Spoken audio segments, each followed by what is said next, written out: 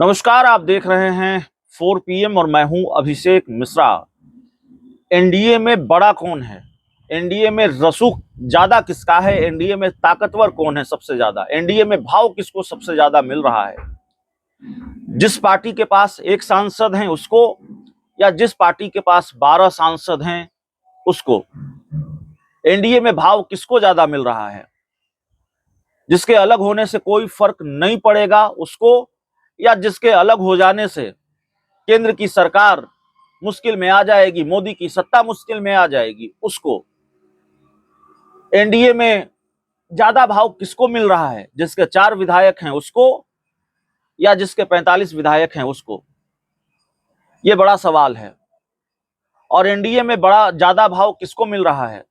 जिस पार्टी के कोटे से एक मंत्री हैं उसको, या जिस पार्टी का मुख्यमंत्री है उसको? हम नीतीश कुमार वर्सेज जीतन राम मांझी की बात कर रहे हैं। हम जेडीयू वर्सेज हिंदुस्तानी आवाम मोर्चा की बात कर रहे हैं। हिंदुस्तानी आवाम मोर्चा जो जीतन राम मांझी की पार्टी है, जिसके जीतन राम मांझी संरक्षक हैं। और ये बात कहां से शुरू हुई कि जीतन राम मांझी और नीतीश कुमार में से किसको ज्यादा भाव एनडीए में मिल रहा है? एनडीए में क्या नीतीश कुमार से भी ऊपर हैं जीतन राम मांझी? और एनडीए में क्या नीतीश कुमार से भी ज्यादा भाव जीतन राम मांझी को मिल रहा है? जीतन राम मांझी जब नीतीश कुमार के साथ थे तो उनको क्या मिला था? एक मंत्रालय, एक विभाग के मंत्री थे संतोष सुमन, और वो विभाग भी बहुत अनमने ढंग से स्वीकार किया था। संतोष सुमन ने अक्सर जीतन राम मांझी अपना दर्द बयां किया करते थे। जीतन राम मांझी जब इंडिया गठबंधन का हिस्सा थे, नीतीश कुमार के साथ थे इंडिया गठबंधन में, तो उनको क्या मिला? नीतीश कुमार ने घर बुलाया। जीतन राम मांझी जब अपनी डिमांड रखने जाते, अपनी बात रखने जाते, तो नीतीश कुमार कहते आप अपनी पार्टी का विलय जेडीयू में कर लीजिए, नहीं तो इंडिया गठबंधन से बाहर हो जाइए। जीतन राम मांझी लगातार ये डिमांड करते रहे कि हमें 2 मंत्री पद चाहिए, और नीतीश कुमार ने लगातार उनकी डिमांड को दरकिनार किया। तो नीतीश कुमार के साथ जब जीतन राम मांझी रहे तो उनको ये मिला। दूसरी तरफ बीजेपी के साथ चले गए तो अब भारतीय जनता पार्टी जाने जीतन राम मांझी को क्यों इतना भाव दे रही है, लेकिन भारतीय जनता पार्टी को भाव दे रही है। पहले तो उनके बेटे संतोष सुमन, जिनके पास सिर्फ एक मंत्रालय था, उनको 3-3 विभागों का मंत्री बना दिया गया। उनके जिम्मे 3 विभाग दे दिए गए। जीतन राम मांझी खूब गदगद भी थे। हाल ही में एक बयान दिया कि नीतीश कुमार तो हमारी पार्टी ही खत्म करना चाहते थे। वो कहते थे इसके पास में पैसा कौड़ी है, कैसे पार्टी चलाएगा। प्रधानमंत्री नरेंद्र मोदी की खूब तारीफ की, देखिए 3-3 विभाग मिल गया, देखिए हमारी पार्टी कितनी अच्छी से चल रही है। जीतन राम मांझी सांसद बने तो उनको केंद्रीय मंत्री भी बनाया, और बहुत गदगद होते हैं जीतन राम मांझी इस बात को लेकर कि मोदी जी ने उनको बुलाकर कहा हमें तो समझ नहीं आ रहा था किस विभाग का मंत्री बना दिया हमको प्रधानमंत्री ने, एमएसएमई क्या होता है। लेकिन प्रधानमंत्री नरेंद्र मोदी ने बुलाकर कहा कि भाई देखिए, हमने ये आपके सपनों का, अपने सपनों का मंत्रालय आपको दिया है।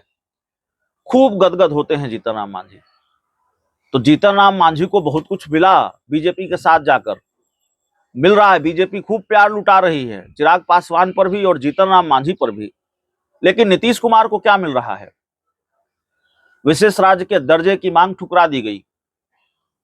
केंद्र सरकार में बहुत आंशिक हिस्सेदारी मिली, एक मंत्री पद और एक राज्य मंत्री का पद। रेल मंत्रालय की बात थी, रेल मंत्रालय भी नहीं मिला। और जेडीयू जिसके पास 12 सांसद हैं उसको बीजेपी की तरफ से केंद्र सरकार में वो हिस्सेदारी नहीं मिली जो उसे मिलनी चाहिए थी, जिसकी हकदार जेडीयू थी, जिसकी चर्चा हो रही थी कि भाई बड़ा मंत्रालय मिलेगा, रेल मंत्रालय मिलेगा। तो रेल के साथ तो खेल हो गया। राज्य मंत्री का दर्जा मिला, राज्य मंत्री का एक कोटा मिला और एक केंद्रीय मंत्री का कोटा मिला। विशेष राज्य की जगह विशेष पैकेज, विशेष राज्य के दर्जे की मांग ठुकरा दी गई। और ये तब ठुकरा दी गई जब जेडीयू की राष्ट्रीय कार्यकारिणी की बैठक में ये प्रस्ताव पारित हुआ। तो नीतीश कुमार के लिए इस डिमांड को मनवाना कितना महत्वपूर्ण था आप अंदाजा लगा सकते हैं। भले ही नीतीश कुमार अपनी पीठ थपथपा रहे हों कि चलिए शुरुआत तो हुई, विशेष राज्य का विशेष पैकेज तो मिला, विशेष पैकेज की विशेष सहायता की शुरुआत तो हुई, लेकिन दरअसल विशेष राज्य का दर्जा नहीं मिलना, उसके लिए नीतीश के मन में भी कसक है। भारतीय जनता पार्टी को लेकर थोड़ी नाराजगी भी है, इसकी चर्चा भी है। अब जीतन राम मांझी की चर्चा हमने आज क्यों की? हमने पूरी लिस्ट बताई, पूरा ब्यौरा दिया कि क्या क्या मिला बीजेपी के साथ जीतन राम मांझी को जाकर। लेकिन जीतन राम मांझी को इसके अलावा एक और चीज मिलने जा रही है। जिस इमामगंज की सीट से वो चुनाव लड़े थे, विधायक थे, वो सीट भी जीतन राम मांझी के ही खाते में रहेगी। बीजेपी या जेडीयू पर उसकी दावेदारी, जेडीयू की दावेदारी उस पर नहीं होगी। उस सीट से जीतन राम मांझी अपने बेटे को चुनाव लड़ाना चाहते हैं, जो जानकारी है, और उनके बेटे उस सीट से चुनाव लड़ेंगे।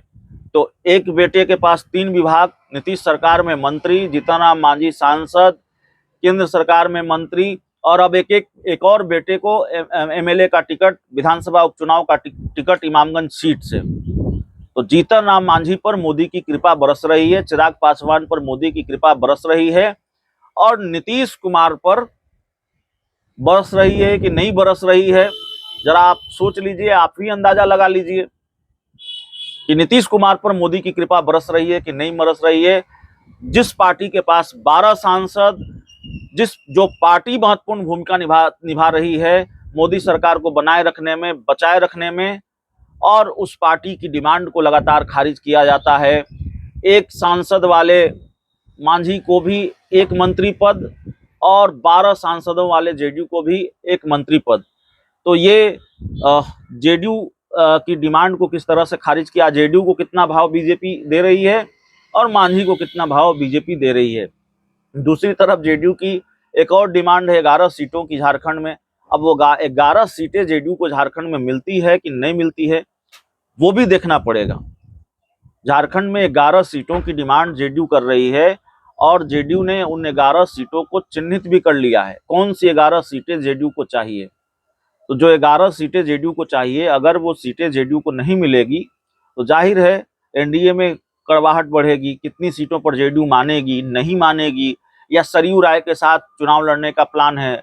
अगर बीजेपी बहुत भाव नहीं देती है तो जेडीयू पहले भी अकेले लड़ती रही है, अलग होकर लड़ती रही है दूसरे राज्यों में, तो जेडीयू ये लड़ेगी।